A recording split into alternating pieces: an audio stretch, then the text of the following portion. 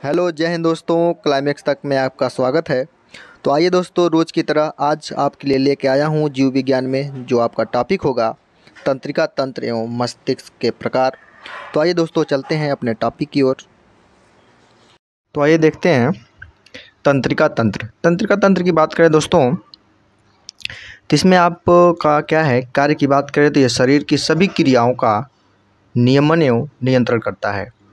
नियमन करता है।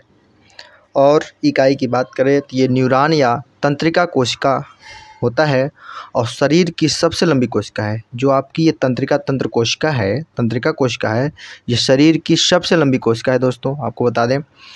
और ये सूचना का काम करता है। ये संदेश विद्युत आवेग होता है, इसे इलेक्ट्रिक इम्पल्स के रूप में प्रसारित करता है।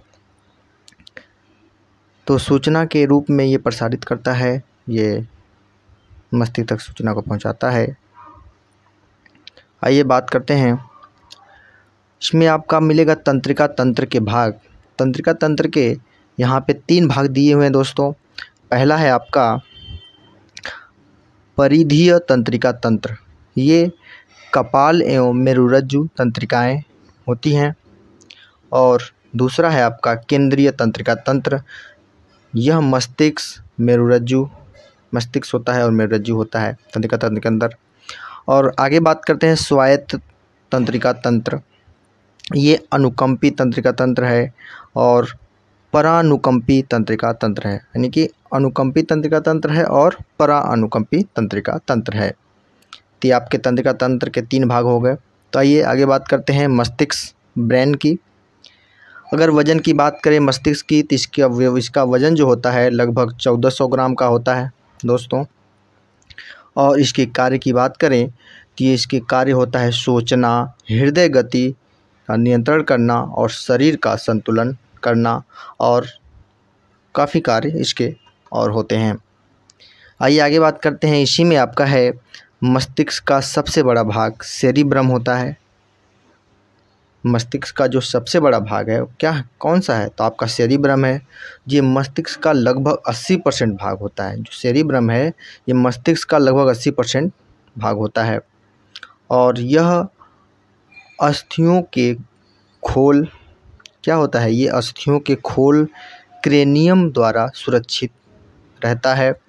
और इसके मुख्य 3 भाग होते हैं। किसके? मस्तिष्क के मुख्य 3 भाग होते हैं, अग्र मस्तिष्क, मध्य मस्तिष्क और पश्चिम मस्तिष्क। तो आइए देखते हैं मस्तिष्क के भाग, अग्र मस्तिष्क और पश्चिम मस्तिष्क और मध्य मस्तिष्क। पहले आइए देखते हैं अग्र मस्तिष्क। अग्र मस्तिष्क की बात करें, फोर ब्रेन होता है इसे कहते हैं। इसके अंतर्गत सेरिब्रम और डायनेसिफेलॉन इसका भाग होता है। और डायनेसिफेलॉन की बात करते इसमें भी इसके अंतर्गत 2 भाग पाए जाते हैं। कौन सा? थैलेमस और हाइपोथैलेमस। ठीक है, आगे बात करते हैं मध्य मस्तिष्क की, मिड ब्रेन मध्य मस्तिष्क की। इसमें क्या होता है, कारोपोरा क्वाड्रिजेमिना होता है और सेरिब्रम पेंडुक्ल होता है। और पश्चिम मस्तिष्क की बात करें तो इसमें सेरिबेलम और मेडुला ऑब्लांगेटा पाया जाता है। आइए मस्तिष्क ब्रेन में बात करें, आपका हाइपोथैलेमस की बात करें तो हाइपोथैलेमस में संवेगात्मक क्रियाओं का नियंत्रण होता है और हार्मोन्स का नियंत्रण होता है, ताप का नियंत्रण होता है और भूख, प्यास, प्यार, घृणा आदि का निगमन होता है। संवेग माने होता है यही आपका भूख, प्यास, घृणा आदि, ये सब संवेग क्रियाओं के नियंत्रण के अंतर्गत आते हैं। जो हाइपोथैलेमस के अंतर्गत ये सभी क्रियाएं होती हैं। आगे बात करते हैं सेरिब्रम में ये ऐच्छिक क्रियाओं का नियंत्रण करता है। स्मरण क्षमता यानी कि आपकी सोचने की शक्ति जो होती है इसी सेरिब्रम में होता है। चिंतन करने की शक्ति, विश्लेषण और समन्वय करने की शक्ति और बुद्धिमत्ता की शक्ति, ये सब किस में होता है? आपका सेरिब्रम में होता है। और मेडुला ऑब्लांगेटा की बात करें तो इसमें क्या क्या इसका कार्य होता है, तो देखिए ये शोषण करता है, शोषण करने की, उपापचय एवं भोजन निगलना उल्टी, वोमिटिंग और हृदय संपंदन और खांसने एवं छींकने आदि का नियमन इस मेडुला ऑब्लांगेटा में आपका होता है।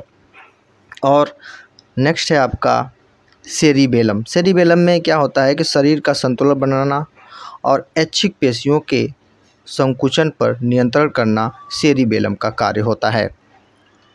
और हम आगे बात करेंगे कार्पोरा क्वाड्रियोजेमिना की। तो इसमें देखने और सुनने की क्षमता होती है।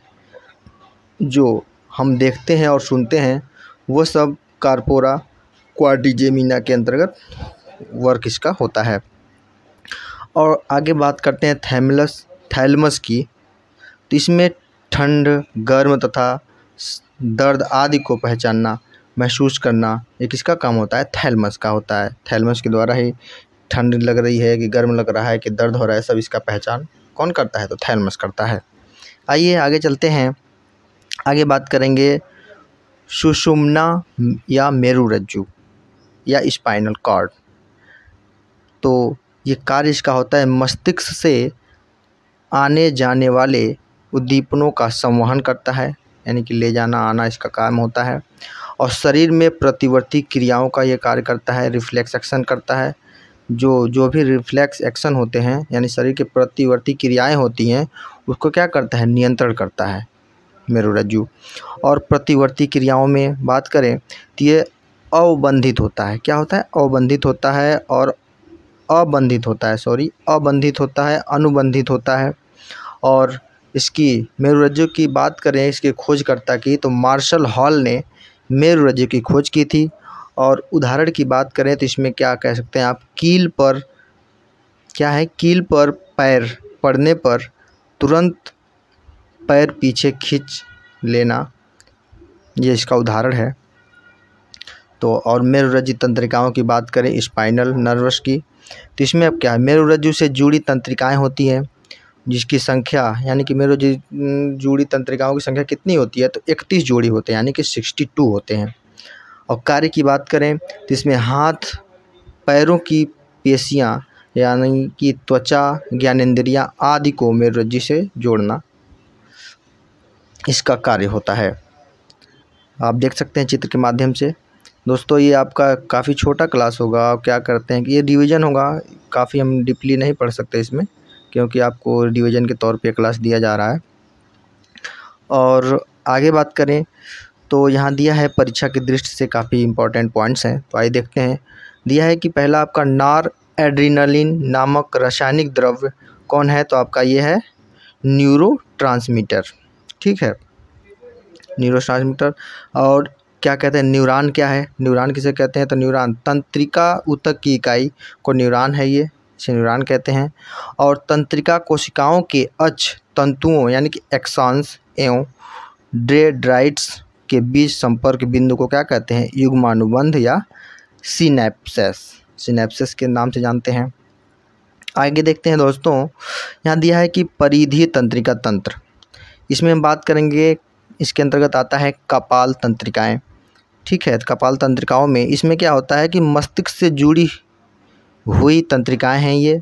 इसकी संख्या की बात करें तो ये 12 जोड़ी होती है कपाल तंत्रिका। और संख्या की बात करें तो ये क्या होता है? 12 जोड़ी अर्थात 24 होता है।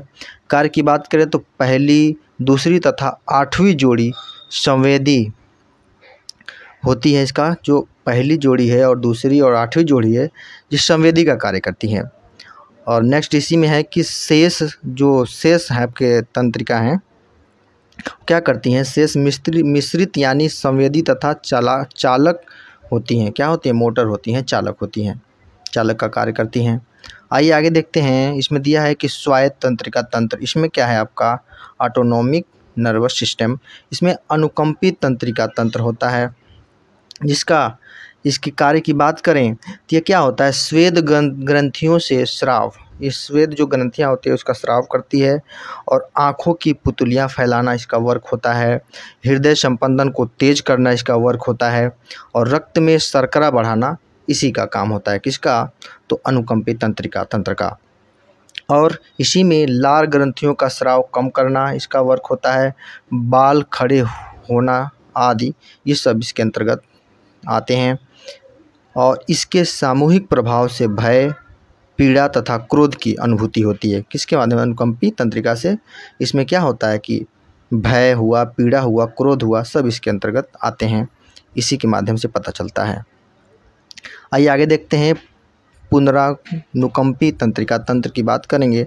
इसका वर्क क्या होता है कि आँखों की पुतलियाँ सिकोड़ना, लार के स्राव को बढ़ाना और मूत्राशय की पेशियों में संकुचन करना और आंतरीय भित्ति में संकुचन करना, पाचन रसों में वृद्धि करना।